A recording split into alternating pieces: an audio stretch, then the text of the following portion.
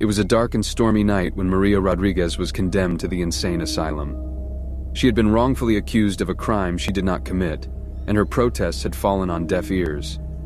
The evidence had been stacked against her, and the judge had deemed her unfit to stand trial.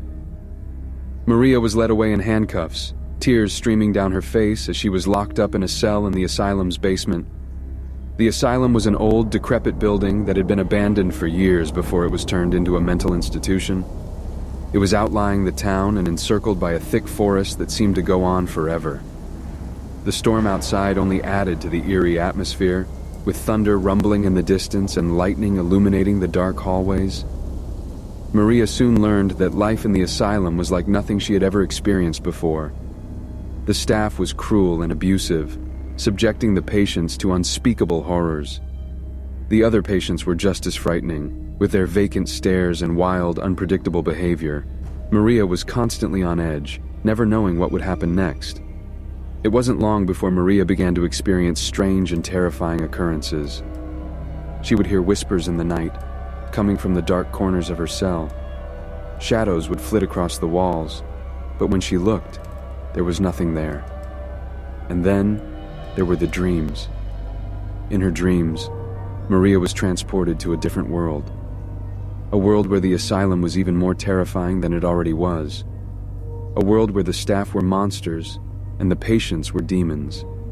She would wake up screaming, drenched in sweat and trembling with fear.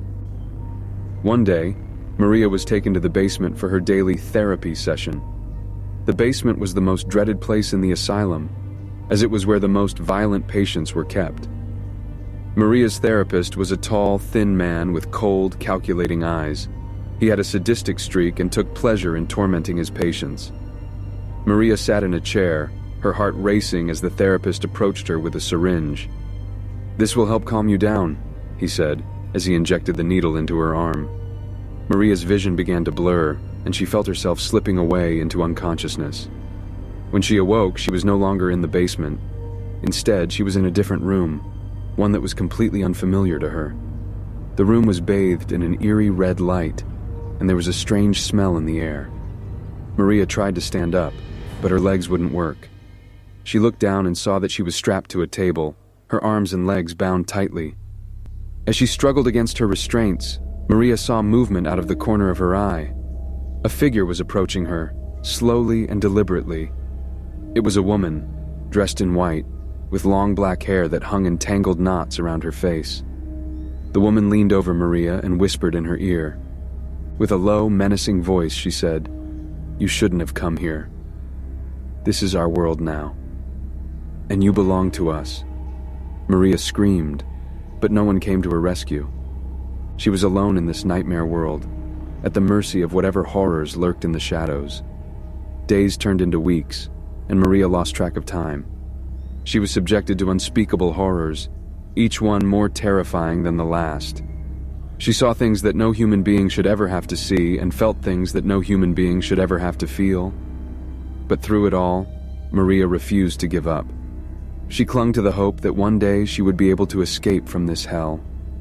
One day, Maria woke up to find herself alone in her cell. The door was unlocked, and there was no sign of the staff or the other patients.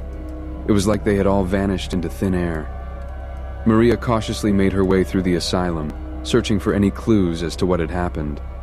The halls were eerily quiet, and the air was thick with the scent of decay. As she turned a corner, Maria saw something that made her blood run cold. It was the therapist, who was motionless on the ground. His eyes were wide open, staring up at the ceiling with a look of pure terror. Maria knew that she had to leave the asylum fast. She ran to the front door, but it was locked tight. She tried the windows, but they were all boarded up. Just as Maria was about to give up hope, she heard a noise coming from one of the rooms down the hall. It was a faint scratching sound, like someone was trying to pry open a door. Maria cautiously made her way to the room, her heart pounding in her chest. As she pushed open the door, she saw a figure huddled in the corner and surrounded by broken glass.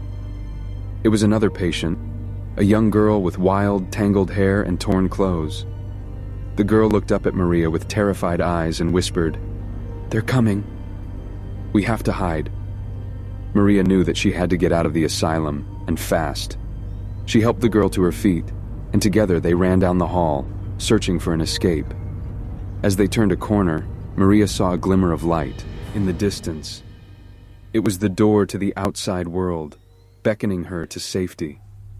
Maria and the girl ran towards the door, but just as they were about to reach it, a figure stepped out of the shadows. It was the woman in white, the one who had whispered to Maria in her dream. The woman in white laughed, a cold, mirthless sound that echoed through the halls. "You can't leave," she said. "This is our world now, and you belong to us." Maria and the girl tried to run past her, but the woman in white was too fast. She grabbed them both by the arms, pulling them back towards the asylum. Maria screamed, fighting against the woman's grip with all her strength.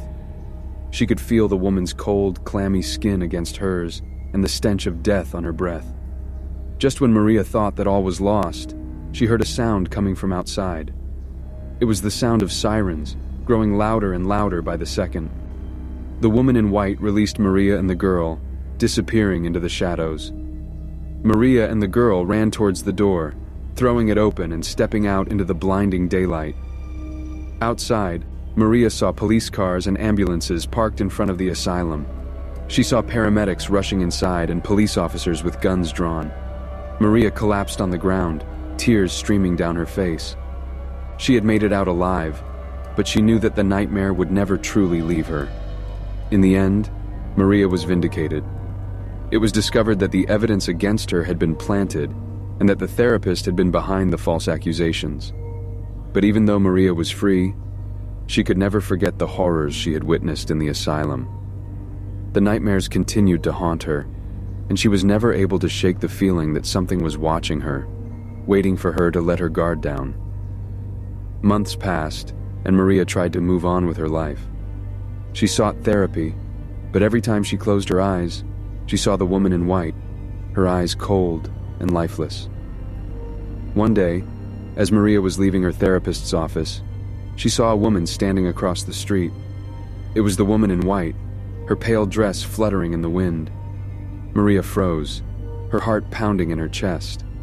The woman in white smiled a twisted, malevolent grin that sent chills down Maria's spine. Maria turned and ran, but she knew that the woman in white was following her. She could feel her presence behind her like a cold, clammy hand reaching out to grab her. Maria ran into a nearby park, ducking behind a tree to catch her breath. She looked around, but the woman in white was nowhere to be seen. Just when Maria thought that she was safe, she heard a sound behind her. It was the sound of footsteps, slow and deliberate, getting closer and closer by the second. Maria turned around, and there she was, the woman in white standing just a few feet away, her eyes cold and empty. "You can't escape me," the woman in white said, her voice echoing through the park. "I will always be with you, watching you, waiting for you."